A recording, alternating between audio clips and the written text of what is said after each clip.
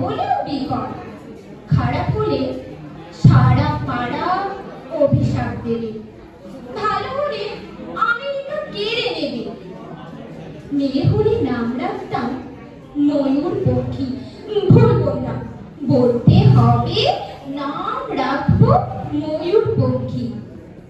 ছোট্ট ছোট্ট পা, ছোট্ট ছোট্ট হাত, টলমল করে সে এগিয়ে আসছে আমার দিকে।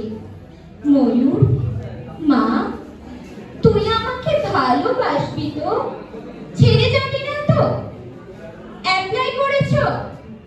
জিজ্ঞেস করলো সমস্বরে তিনজন। আমি বললাম দেখেও এসেছি, যে কোনো দিন হোম থেকে টেলিফোন এলে ছুটতে গিয়ে তুলে আনবো ময়ূর পঙ্খীকে। চময় চময় তাকে ভরিয়ে তুলবো। সে তার 4 বছরের দাদা রণবাবুর সঙ্গে কাদা হয়ে ঘুমিয়ে থাকবে। অ্যাপ্লাই করেছো?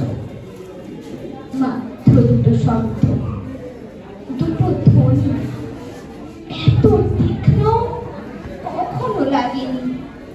রাত্রে বহু দূর থেকে প্রতিধ্বনি এসে জিজ্ঞাসা করলো, অ্যাপ্লাই করেছো? আমার জন্য তুমি অ্যাপ্লাই করেছো?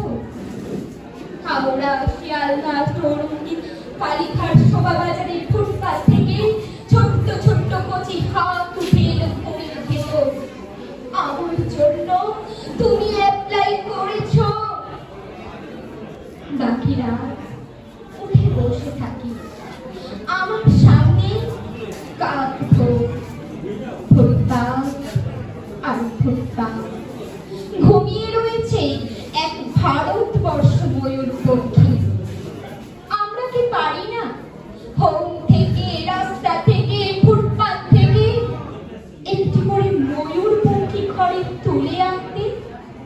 পারি না কি?